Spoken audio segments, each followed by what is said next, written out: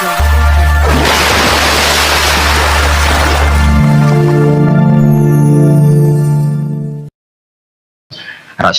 Saya pastikan agama ini datang dengan al-iltidzatul aqli, kenyamanan berpikir. Kayak apa susahnya kita dengan jadi ateis? Karena harus punya rumus bahwa yang ada diciptakan oleh yang tidak ada. Itu kan jadi aneh. Makanya ukuran iman salasun man kunna fihi wajada halawatal iman. Ciri utama iman itu nyaman, halawah itu manis, karena ya itu tadi apa yang dibawa oleh Quran dan hadis sesuai akal kita. Maka masyhur di kalangan para ulama ada pepatah laulam yakun maja'a bihi Muhammadun dinan lakana fi aqlin nasi hasanan. Kalau saja Muhammad tidak maklumatkan kalau ini agama, akal pun akan setuju bahwa yang dibawa itu hal yang luar biasa. Karena agama ini tidak lam yusodim al-aql, agama ini tidak akan menentang akal. Liqaumi ya'qilun liqaumi yatafakkar. Kalau ada orang bilang akal saya itu menolak faham agama, itu akalnya yang perlu dicek. Ada masalah itu pasti. Ya, saya kira demikian. Assalamualaikum warahmatullahi wabarakatuh. Pertanyaannya jangan banyak. Kok barbar. Baik, alhamdulillah telah mendengarkan paparan yang cukup sangat menarik dari Gus Baha. Monggo kalau ada pertanyaan dari Bapak Ibu sekalian di sini, silakan mungkin. Monggo Mas. Langsung mau Mas.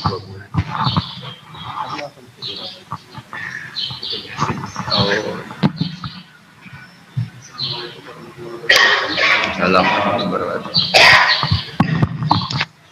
Gus badhe tanglet. Sojourn. Nggih. Gus, ilmu itu kan membingungkan. Semakin dipelajari, kita semakin merasa fakir. Kesimpulannya langsung ilmu itu membingungkan. Iya. Kita ambil menurut saya, jangan Tapi ilmu itu juga paradok, Gus. Semakin dipelajari, kita semakin tahu, semakin ingin membaca, tapi kadang kita juga merasa takut dengan ilmu itu sendiri. Pertanyaan saya, apakah itu hal yang wajar, Gus? Oh, iya, bagus.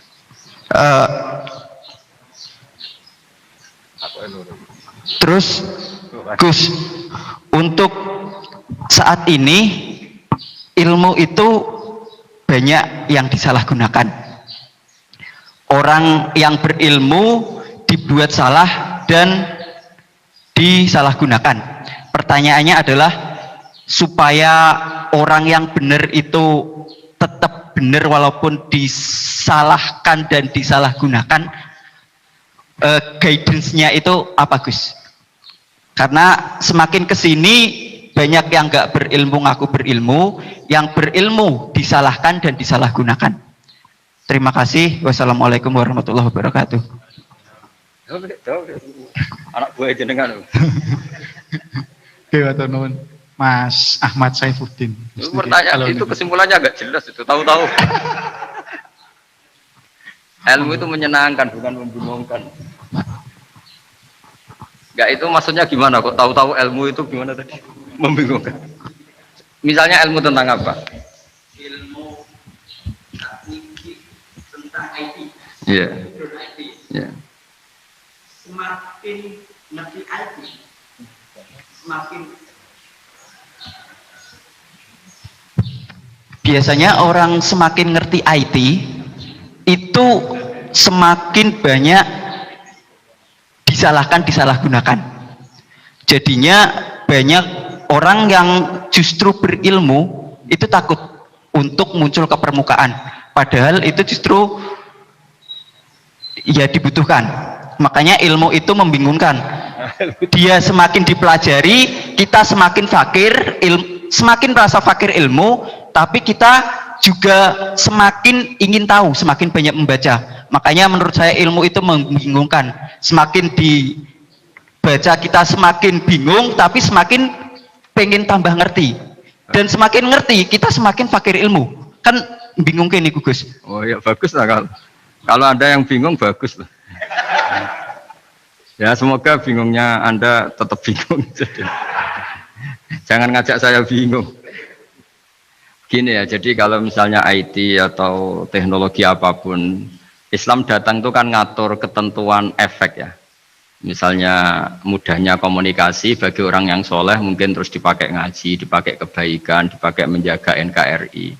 Bagi yang tidak baik, dipakai alat selingkuh, alat memecah belah bangsa, dipakai alat adu domba. Jadi Islam datang ya sudah ketentuannya yang dipakai maslahat itu halal, yang dipakai madarat itu haram. Islam hanya ngajari itu, tapi bahwa penemunya yang menjadikan semuanya mudah. Dulu kita nelpon hanya dengar suara, sekarang pakai apa bisa tatap muka. Itu dianggap ilmu yang objektif, belum punya akibat. Nah nanti akibatnya tadi kalau nelpon yang apa itu, yang kelihatan wajahnya itu apa namanya istilahnya itu, video call. Kalau kamu sama guru kamu sama ibu kamu ya ibadah. Jadi kalau sama selingkuhan kamu ya dosa kan gitu. Islam hanya membahas itu, tapi nanti ya kan memang hukumnya hanya itu kan. Kalau dipakai positif ya bagus, kalau dipakai negatif ya buruk. Nah, Islam tidak boleh terus disalahkan. Ini akibat teknologi maka orang mudah selingkuh. Sebelum ada teknologi yang selingkuh juga sudah banyak. Sekarang ngaji gampang karena ada apa telekonferensi gini-gini. Mulai dulu yang suka ngaji, yang ngaji gampang karena kadang kiai ya tetangganya. Nggak jauh-jauh juga banyak orang benerin. Jadi ini kan urusan niat. Meskipun semuanya mudah, kalau nggak ada niat juga susah. Tapi saya kecewa dengan Anda karena mengatakan ilmu membingungkan. Ini saya. Tapi ya bagus lah, orang jujur itu bagus. Hanya karena beliau bingung, yang aku bingung kan bagus. Jadi nilainya dijujur tadi. Tapi andaikan saya sebagai ilmu itu nggak terima diberi status membingungkan tadi itu. Tapi kalau kita yang ngaji tauhid, ngaji hikmahnya Allah. Semua yang diciptakan Allah itu ada hikmahnya. Misalnya Allah menciptakan manusia itu sebagai pemalas, itu bagus. Bagusnya begini, kalau di bab ibadah pemalas itu buruk. Tapi kalau andaikan Anda ditakdir punya kemampuan ahli nuklir, terus Anda tidak pemalas, setiap hari bikin nuklir yang paling dahsyat. Pertama hanya bisa menghancurkan Hiroshima dan Nagasaki, suatu saat bikin yang se-Asia, lama-lama bikin yang seluruh dunia. Lama-lama saking cerdasnya, pertama butuh bahan besar, lama-lama hanya kecil. Ribet kan, barokahnya pemalas. Ngantor, baca koran, ngantor, ngerumpi, sehingga yang bagian nangani nuklir itu tidak pinter-pinter banget. Itu bahaya tuh kalau pinter banget itu, karena efeknya itu sama. Sekarang kan ada kacamata pinter beda. Itu kan ketemu orang bisa merekam kan, semua privat orang bisa, ribet kan. Nah agama itu ngatur yang halal ya biar halal. Misalnya begini ya, ada orang ke Mars atau ke bulan, kita katakan pinter dalam konteks menjelajah alam. Tapi kalau dibalik, rakyatnya miskin butuh makan, kemudian itu untuk biaya ke bulan, itu bodoh apa pinter? Membiarkan masyarakatnya lapar karena biayanya dipakai naik ke bulan, itu pinter apa bodoh? Tapi dari tidak tahu tentang bulan menjadi tahu, pinter apa bodoh? Pinter. Tapi kebutuhannya makan kok malah naik ke bulan, pinter apa bodoh? Ya saya juga bingung kayak Anda kalau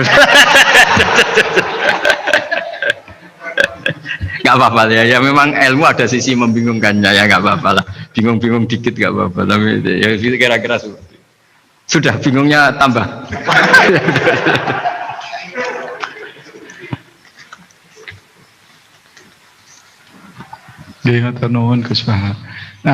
Berikutnya monggo Mas Afif nih, Afif Khairul Hidayat. Oh itu yang undang malah tanya.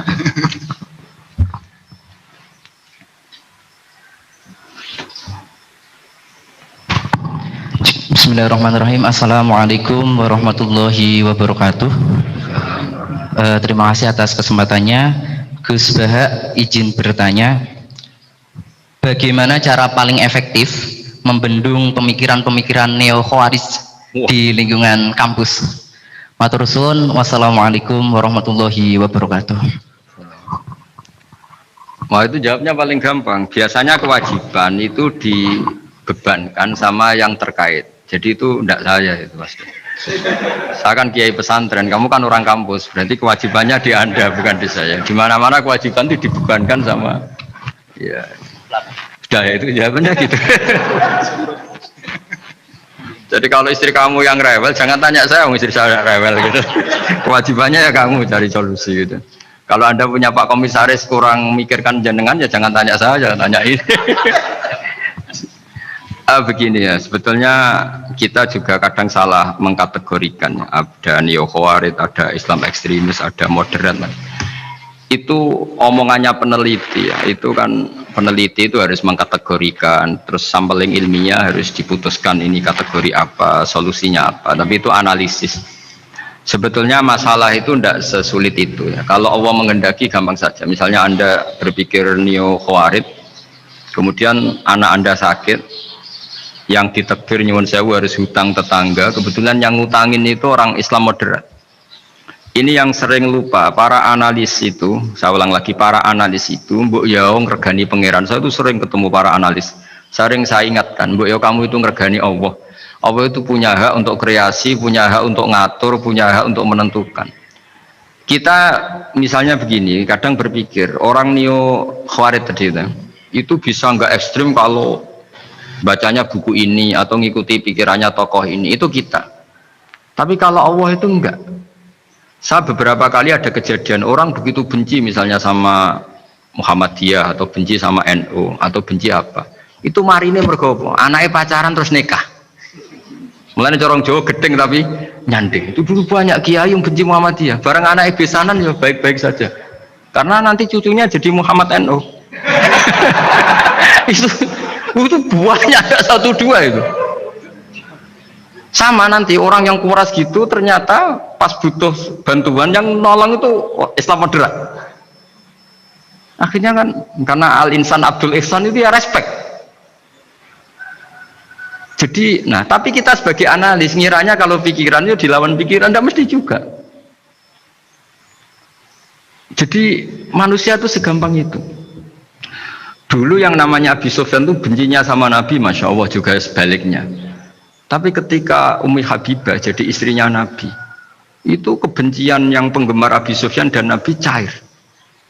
Begitu juga Juwairiyah. Makanya ketika ada konflik besar antara kelompok-kelompok itu, karena mereka sebagian sudah jadi istrinya Nabi, itu mereka bilang asharu Rasulullah SAW. Jadi konflik yang se-ekstrem itu selesainya pakai besanan. Ashar itu besanan. Mau tukaran gimana? Mau benci Muhammadiyah gimana? Cucunya sekarang sudah Muhammad NU. Yang NU juga cucunya sekarang, ya sudah. Akhirnya ya baik-baik saja. Jadi tidak udah ada solusinya. Kalau Allah sudah menghendaki nanti gampang saja. Sama jangan tanya, lah kapan itu Gus? Dong saya ada Tuhan, kamu tanya ya, tanya sama Allah. Jawabannya wallahu a'lam. Tapi saya mohon para analis ya, jangan corong Jawa ojo ngilani pangeran. Tuhan itu diberi hak untuk menyelesaikan karena banyak yang di luar dugaan. Wahsy itu menjadi mukmin justru setelah membunuh Hamzah. Khalid bin Walid menjadi mukmin justru setelah menang di perang Uhud. Tapi kalau Allah menghendaki segampang itu. Yaitu ketika Khalid bin Walid menang di perang Uhud karena sahabat melanggar perintah Nabi harus tetap di atas gunung, sementara mereka melanggar turun ke gunung. Itu Khalid bin Walid itu, wah Muhammad itu luar biasa. Anak buahnya melanggar saja dikasih sanksi, apalagi kita. Ini berarti orang yang sangat diperhatikan oleh Tuhannya. Terus dia cara berpikir begitu. Akhirnya masuk Islam. Banyak orang masuk Islam itu malah pas menyembah Tuhannya, Tuhan berhala. Itu ada orang Arab, zaman Arab dulu. Pas mau nyembah berhalanya, pas ada luwak kencing di kepala berhala itu. Terus dia, aduh punya Tuhan kok gak keren, gimana? Terus masuk Islam. Jadi dia dapat hidayah pas keliru. Kalau dalam cerita kewalian ya Sunan Kalijogo itu, dia jadi muridnya Sunan Bonang. Kenalan pertama karena begal Sunan Bonang. Pas begal malah jadi murid. Jadi kalau Allah itu punya sekian cara. Kadang kiai itu gak bisa mengislamkan orang, tapi banyak mahasiswa punya pacar non muslim itu yang islamkan pacarnya. Ribet kan kalau sudah mau apa coba itu memang. Ya sudah, Allah itu diberi hak untuk tetap Allah sebagai Tuhan itu tidak usah. Mbah Mun itu diantara yang sering dikatakan beliau itu, dulu saya juga agak protes dengan tanda kutip, tapi beliau ngendikan ya saya sami'na wa ata'na. Kata beliau gini, hak sok itu sing gawa agama nang Indonesia itu pegawai negeri ya. Yang bawa agama kemana-mana itu pegawai negeri ya. Saya sempat protes, Lah santri Mbah, mau santri karuan mau santri. Tapi setelah saya jadi kiai, ya bebas setelah saya jadi kiai. Ini kan sudah jadi kiai betul, sudah jadi kiai betul. Tanpa SK kalau kiai. Kalau komisaris pakai SK, kalau kiai itu nggak usah SK. Setelah saya jadi kiai itu sering ada tamu dokter, ada tamu tentara, ada tamu pegawai negeri. Itu bilang, saya ini dokter, karena saya dokter. Kadang datang di pedalaman Papua, NTT itu kan atas nama dokter, yaitu di puskesmas desa-desa tertinggal. Karena mereka muslim berkebutuhan Islam, yaitu ada sholat, ada masjid, ada akhirnya dibikinkan. Dan orang ke sana, orang di sana yang mau apa coba? Wong itu negara. Coba kalau yang datang kita sebagai kiai, dianggap misionaris kan? Artinya begitu juga di Belanda misalnya, atau di New Zealand atau di Jerman. Saya punya banyak kawan yang duta di kedutaan. Gara-gara persahabatan mereka duta besar, mereka muslim. Gara-gara muslim berkebutuhan bikin masjid. Akhirnya di negara-negara non muslim juga banyak masjid, dibikin kedutaan, dibikin mahasiswa. Nah, tapi kalau kita jadi analis, mungkin kita hanya agama ini diajarkan oleh ulama, dibawa oleh santri. Tapi tidak seperti itu. Nyatanya Allah dengan kehendaknya bisa saja menyalurkan agama ini lewat PNS, lewat macam-macam. Jadi Allah itu maha kuasa. Makanya kita ini hanya bersaksi bahwa innallaha ala kulli syai'in qadir. Nah, kita sebagai kiai memang bantu mengenalkan ahkam fikihnya yang detail-detail itu. Tapi kalau yang menyebarkan Islam itu Allah punya cara. Saya kemarin pas ketemu Habib Quraisy, di antara yang diceritakan itu, orang Inggris itu kadang kenal Islam itu ya lewat Muhammad Salah itu, pemain bola itu. Karena mereka tidak ingin ngamati kiai, yang ingin diamati pemain bola. Jadi pertama, itu orang Prancis itu tidak benci Islam itu gara-gara Zainuddin Yazid Zidane itu. Zizou itu loh, itu namanya Zainuddin Yazid. Yazid Zainuddin, kena bahasa Prancis jadi Zinedine Zidane. Itu dulu imigran dari Aljazair itu dibenci sama orang Prancis. Tapi setelah yang membawa Prancis juara itu adalah seorang Zidane. Itu terus mereka agak benci Islam karena yang membawa kebanggaan Prancis juara dunia. Apalagi kalau nggak salah pas itu ada 3 pemain Muslim Prancis. Orang ngira orang Prancis tidak benci Islam kan nunggu toleransi beragama lewat buku-buku toleran. Ternyata enggak, karena pemain bola aja Pak. Kalau mau mengendaki sampai jurnal-jurnal di Prancis setelah juara dunia, siapa bisa membenci orang Aljazair? Mereka harga kita, mereka martabat kita. Padahal dulu pandang sebelah. Dulu itu orang di Inggris, pemain Inggris itu kalau mau sholat susah, mau puasa susah. Terus mereka ingin minta hak puasa kalau musim puasa. Tapi menjadi mudah di luar dugaan. Manchester City dibeli Sulaiman Al-Fahim. Ya sudah, mau apa coba manajernya yang punya muslim. Nah, larang sholat tak pecat kan? Ya akhirnya ya malah ada masjid. Pelatihnya kalau ada yang puasa gitu, monggo dari akan mau apa coba. Segampang itu kalau Allah mengubah dunia. Makanya disebut ya muhawwilal ahwal hawil ahwalana ila ahsanil hal, ya muqallibal qulub sabit qalbi ala dinik. Ya udah, pokoknya semua itu ya kita ikhtiar tapi tetap yakin Allah yang punya cara. Dalam sejarah yang terkenal Islam masuk Indonesia itu tidak lewat ustadz, lewat pedagang. Versi ya sejarah yang terkenal meskipun banyak versi. Gara-gara ada pedagang, mereka muslim, mau tidak mau ya tetap berkehidupan muslim. Berhubung kehidupan Islam itu menarik, simpatik, akhirnya banyak yang menjadi Islam. Jadi ya sudah seperti itu. Ya saya kira demikian. Terakhir loh, waktunya paling. Ya sudah. Monggo. Kali-kali tengah-tengah. Enggak sama. Ya. Ribet ya anak buahnya.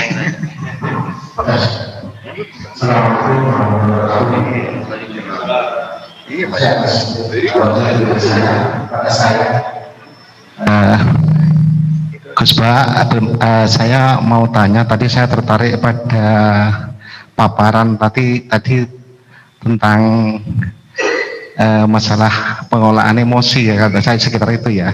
Jadi menghadapi orang misalkan pasangan atau istri atau teman yang apa namanya itu, Jengkelin. jengkel atau nyengit atau enggak sejalan dengan pikiran kita kok bisa enjoy, kayak bisa bahagia, itu gimana Ustadz ceritanya? Kok itu apakah juga ada solusi lain, misalkan kita itu ada pelarian lain dalam artian yang positif ya, misalkan misalkan istri atau pasangan kita atau nyengit kita ke hobi ke apa, misalkan kita pelariannya agar kita tidak marah-marah, itu gimana Ustadz? Tadi saya sepintas itu memperhatikan masalah itu karena itu penting dalam rangka ini mengelola inilah biar kita itu bisa enjoy, karena kalau kita itu ada selalu keras dengan orang atau istri atau teman kan kita tidak bahagia, kudu ngamuk-ngamuk. Nah itu gimana tadi? Makasih Gus, mohon diulang itu. Ya. Assalamualaikum warahmatullahi wabarakatuh. Kamu didatangkan untuk ngulangi itu. Kalau enggak dipecat jadi moderator. Baik, tadi pertanyaannya pun niki, bagaimana mengolah emosi niki Gus? Iya. Ketemu kali niki pasangan nopo teman niki Gus, sing nyengiti nopo ngeten Gus. Namanya siapa? Saya Pak, namanya pun sinten Pak? Saya Pak Haryanto, pensiunan Telkom Juwono. Tadi diajak sama Pak Zainal. Terima kasih Pak. Mohon Bu. Bismillahirrahmanirrahim. Jawabannya itu gampang sekali ya, meskipun tidak semua orang ngalamin seperti itu ya. Saya juga agak pati ngalamin ya. Tapi begini ya, saya punya resep dan ini pasti benar ya, karena dari ulama musalsal itu ada silsilahnya sampai Rasulullah SAW. Jadi saya bilang pasti benar karena tidak dalam konteks pendapat saya, tapi ini ajaran Rasulullah SAW. Ini kan temanya tauhid ya, tauhid sebagai inspirasi. Seorang mukmin itu kan harusnya berpikir satu, ridhonya Allah, keputusan Allah. Misalnya Allah merintahkan kita baik sama tetangga. Saya berkali-kali cerita setiap pengajian, ada seorang ulama itu punya tetangga itu anak muda itu sombongnya bukan main. Manggil ulama itu, ya Ahmad datang ke saya. Datang, setelah sampai rumahnya bilang, ya Ahmad lah hajata libik, saya tidak butuh kamu, silahkan kembali ke rumah kamu. Itu Imam Ahmad santai aja, tetap senang. Setelah sampai rumah dipanggil lagi, ya Ahmad silahkan ke rumah saya. Datang lagi dengan senyum, sampai 3 kali. Ketika beliau ditanya sama pemuda tadi, kenapa Anda ada jengkel? Padahal perilaku saya jengkelin. Terus si imam tadi bilang, wahai anak muda, saya ini senang sekali melaksanakan perintah Allah. Allah bilang kalau sama tetangga yang baik. Karena kamu ngundang saya senang karena nuruti perintah Allah. Kamu nyuruh saya kembali, saya senang karena memang disuruh nuruti perintah tonggo. Nyeneng kau tonggo, menyenangkan tetangga. Jadi saya ada hubungannya dengan kamu. Kalau kamu misalnya ada teman yang jengkelin, misalnya namanya Zaid itu manusia, makhluk. Kalau kamu ikut jengkel berarti Anda terdikte, terprovokasi oleh orang yang bernama Zaid yang statusnya hanya makhluk.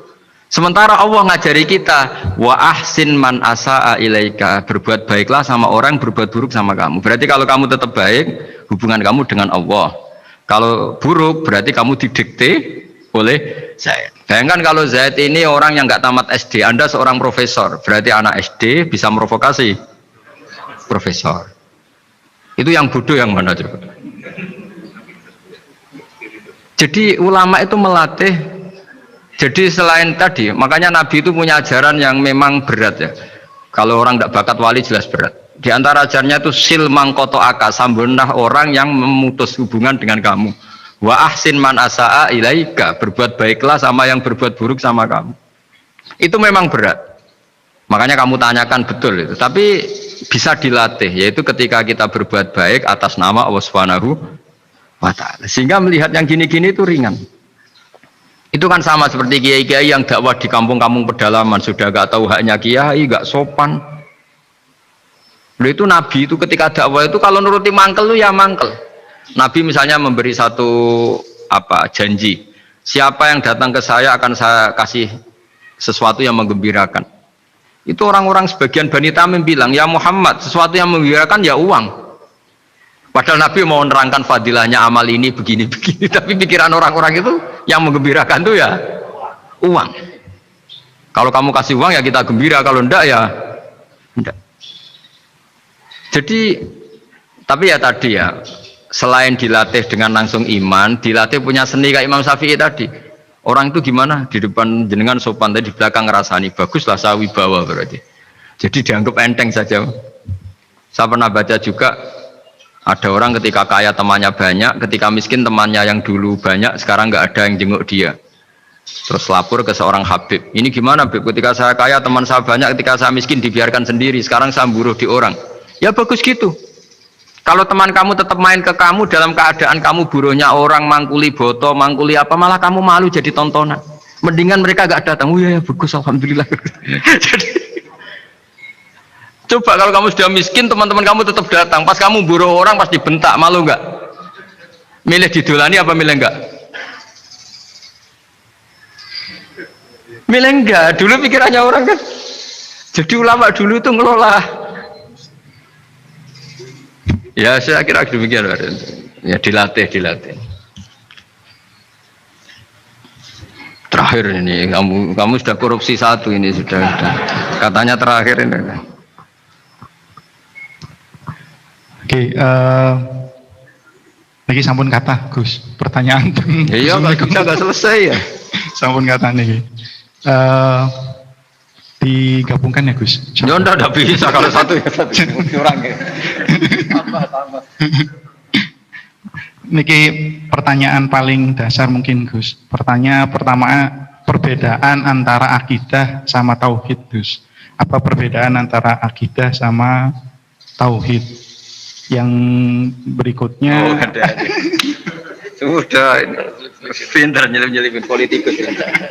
Enggak bagus. Betul. Sudah selesai maksudnya. Satu setunggal malih Gus. Gimana Bu? Soalnya kata nih. Satu B kan disuruh. Diistilahkan 1B. 1B. Jadi 1A dan 1B. Niki kata enten 20 pertanyaan niki Gus teng Zoom niki Gus. Ya udah pilih mawon nggih. Satu aja.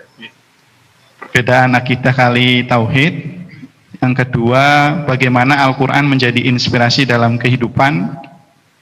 Berkesempatan di mondok pesantren sementara ada di antara kita yang belum merasakan mondok di pesantren, belajar ilmu Al-Qur'an, maka ada beberapa yang mengikuti orang yang berani menafsiri tapi keblinger. Jadi tafsir ayam kambing adalah ulama, atau ada yang khawatir menafsiri sendiri jadi salah. Mohon pencerahan dari Gus Bahar. Bismillahirrahmanirrahim. Alhamdulillah ini terakhir, semangat sekali saya sudah.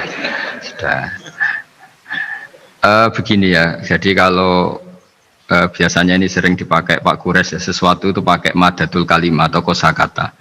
Jadi kalau akoda itu dari ain kofdal maknanya mengikat. Sehingga kalau kita transaksi disebut apa? Akad.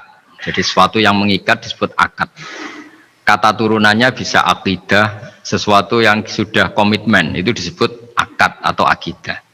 Kita berkomitmen iman bahwa Allah satu. Nah satu itu bahasa Arabnya wahid. Terus dari kata wahada wahidu tauhidan, mengesahkan Allah itu disebut apa? Tauhid.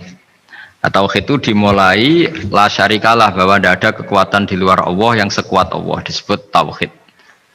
Jadi akidah dan tauhid itu sama, akidah ya tauhid, tauhid juga akidah. Jadi itu sama. Makanya yang dikatakan Islam itu apa? Yang dikatakan Islam itu adalah al-i'tiqad atau al-aqidah bil janan, akidah tertanam di hati, wa nutqu bil lisan, kemudian akidah itu kita lafadzkan, kita ucapkan, wal amal bil arkan, dan implementasi fisik kita juga seperti itu. Makanya yang dikatakan iman, dikatakan ihsan adalah tadi apa? Akidahnya itu ada bil janan di hati, diucapkan bil lisan, kemudian dipraktekkan bil arkan, yaitu anggota fisik, anggota tubuh kita. Sehingga sujud itu dianggap ibadah paling lengkap karena fisik kita ya tunduk sama Allah dengan kepala di bawah. Kalimatnya juga kalimat tunduk, subhana rabbiyal a'la wa bihamdi. Jadi makanya dilafatkan. Nah dilafatkan itu penting supaya kuat.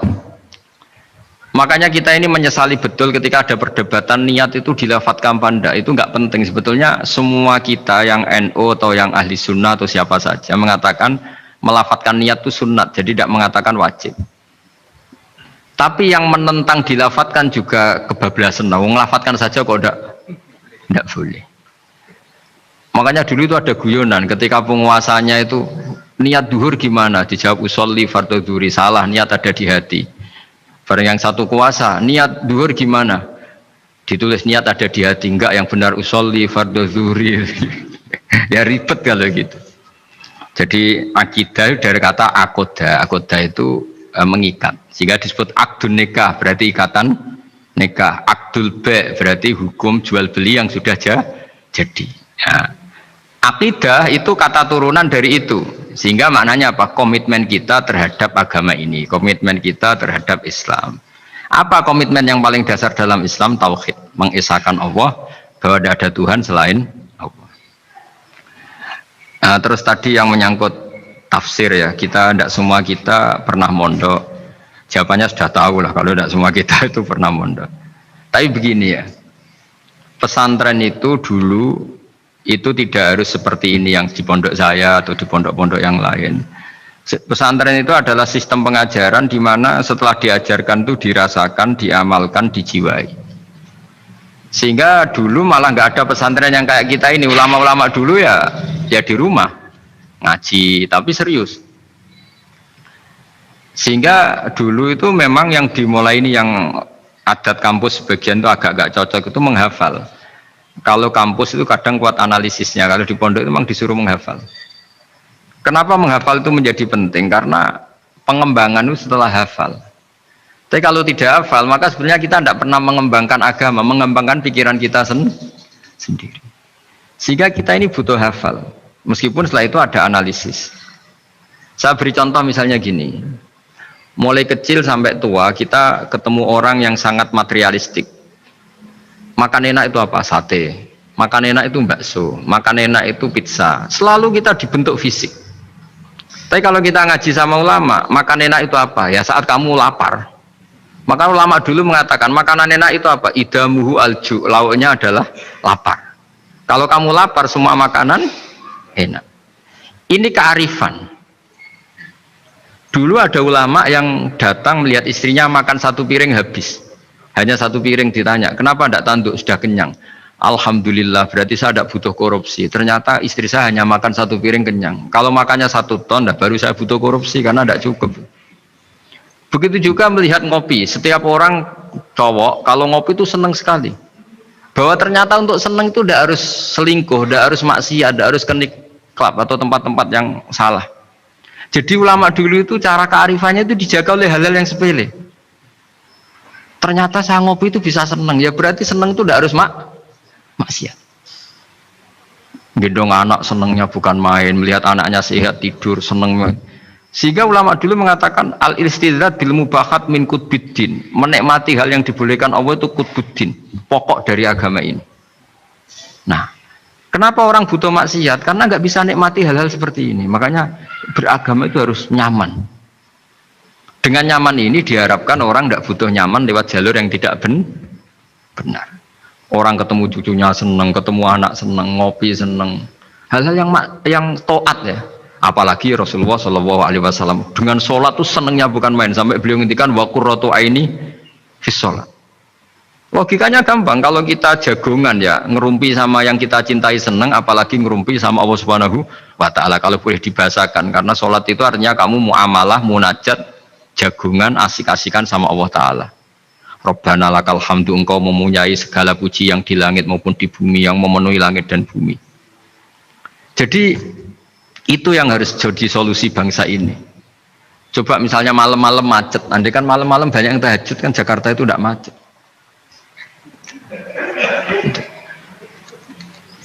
Jadi ulama itu ingin menjadikan taat itu solusi. Makanya qul bi fadlillah bi rahmati fa bidzalika falyafrahu. Orang yang sedang tahajud itu, setiap ulama dulu yang tahajud itu sampai bilang gini, ainal muluk fi hadil ladzah. Enaknya apa jadi raja? Enak ya kita. Sayyidina Ali itu derajatnya tinggi. Di antaranya disebabkan beliau kalau wiridan gini, saya hafal wiridannya. Kafani izzan an takuna li robban wa kafani fakhron an akuna laka abdan. Gusti, saya ini punya nikmat yang luar biasa karena menjadi Tuhan untuk engkau. Zat yang abadi, yang kekal, yang pertama. Coba kalau saya jadi hambanya Fir'aun, Tuhan mati tenggelam lagi, kan nggak ada kerennya. Udah gitu sekarang jadi tontonan lagi coba. Andai kan kamu punya Tuhan Fir'aun kayak apa tersiknya? Sudah Tuhan mati jadi tontonan. Sudahlah Gusti, keren saya ini karena punya Tuhan engkau, zat yang abadi, yang lahul asmaul husna. Wa kafani fakhron an akuna laka abdan, dan saya keren sekali karena menjadi budak engkau, menjadi hamba engkau. Coba kalau saya jadi hamba sesama manusia, kerennya apa? Podo menusane, podo lemah, podo mati ini harus saling memperbudak. Kerennya apa coba? Jadi orang dulu itu kalau sudah munajat, makanya Nabi ngendikan wa qurratu aini fi sholat. Kalau sudah sholat tuh nyamannya bukan. Jika masyhur dalam cerita-cerita ketika Umar kena panah dan panah itu bentuknya kayak pancing, kalau ditarik sakit karena bentuknya kayak jangkar itu. Umar minta apa? Nanti tarik ketika aku sholat. Ketika sholat beliau ditarik beliau tidak kerasa. Dan itu harus dilatih. Nah, ya tadi. Jadi, nah, Quran tanya orang yang sebetulnya ya agak kurang ajar. Itu harus ditafsirkan seperti ini. Kalau tidak, maka orang akan menanyakan. Hebatnya apa Gus? Quran mengatakan wa kulu washrobu, sementara ini kitab suci yang sakral. Kenapa hanya bakas makan dan minum? Saya bilang orang bakas Alphard, bakas Mars, bakas planet Jupiter itu nggak keren karena tidak bakas tidak mati. Tapi kalau orang tidak makan mati, berarti Quran membakas kebutuhan dasar manusia. Jadi mendesak, makan tuh mendesak. Nah, kenapa harus dibahas? Dalam hukum dunia manapun yang namanya mengambil milik orang lain itu harus pamit. Semua alam ini milik Allah, sehingga kita boleh makan tuh nunggu izinnya Allah. Maka Allah dulu yang ngendikan kulu, kamu boleh makan, baru kita boleh makan. Makanya Islam menganjurkan kita makan baca bismillah, itu pamit yang punya. Kamu pernah beli oksigen, kamu pernah beli buah-buahan sama Allah? Tidak pernah beli kan? Itu maling semua itu sebetulnya. Karena tidak pamit sama yang punya. Coba kalau itu milik orang lain, kita langsung makan disebut maling enggak? Sekarang kamu makan itu tanpa pamit Allah, kira-kira maling enggak? Kalau kita keras sebenarnya itu maling juga. Makanya kita dianjurkan baca bismillah. Untung Allah baik, enggak ngelaporkan ke polisi. Nah, di sini pentingnya kata kulu wasrobu, makanlah dan minumlah. Kalimat ini punya filosofi yang luar biasa. Tapi andekan ini ditafsirkan orang yang nggak ngerti Quran, nggak ngerti tafsir, nggak punya adzauqus salim, rasa yang baik, maka memang ya ngomong Quran harus ahlinya, sehingga kualitas kulu wasrobu itu luar biasa. Saya sering sujud syukur karena ayat itu. Ya Allah, betapa baiknya engkau mengizinkan kita makan rizkimu. Hanya modal baca apa? Bismillah. Sudah gitu oleh ulama dikatakan bismillah hanya sunat, kalau enggak juga enggak apa-apa, cuma sedikit kurang ajar lah ngomong. Tapi kalau kamu tidak ahlinya, maka terus malah tanyanya tadi, loh, Quran yang katanya hebat kok hanya bakas makan dan minum. Coba misalnya kemarin itu hebat, coba sudah kamu kemarin tanpa makan, tetap pokoknya itu makan. Ketika orang mau menjajaki, mau nempat di Mars atau Jupiter, pertanyaannya apa? Di sana ada air enggak? Ada makanan enggak? Penelitian pertama apa coba? Di sana ada makanan enggak? Iya kan? Yang pokok berarti apa? Makan. Ya, itu kira-kira contohnya Quran yang dibaca ahlinya. Itu nanti dengan kualitas seperti itu, pemahaman seperti itu. Udah, jangan macam-macam lagi. Kita ditutup pakai subhanallah. Alhamdulillah selesai juga ini. Dipekerjakannya selesai juga. Buat tembus.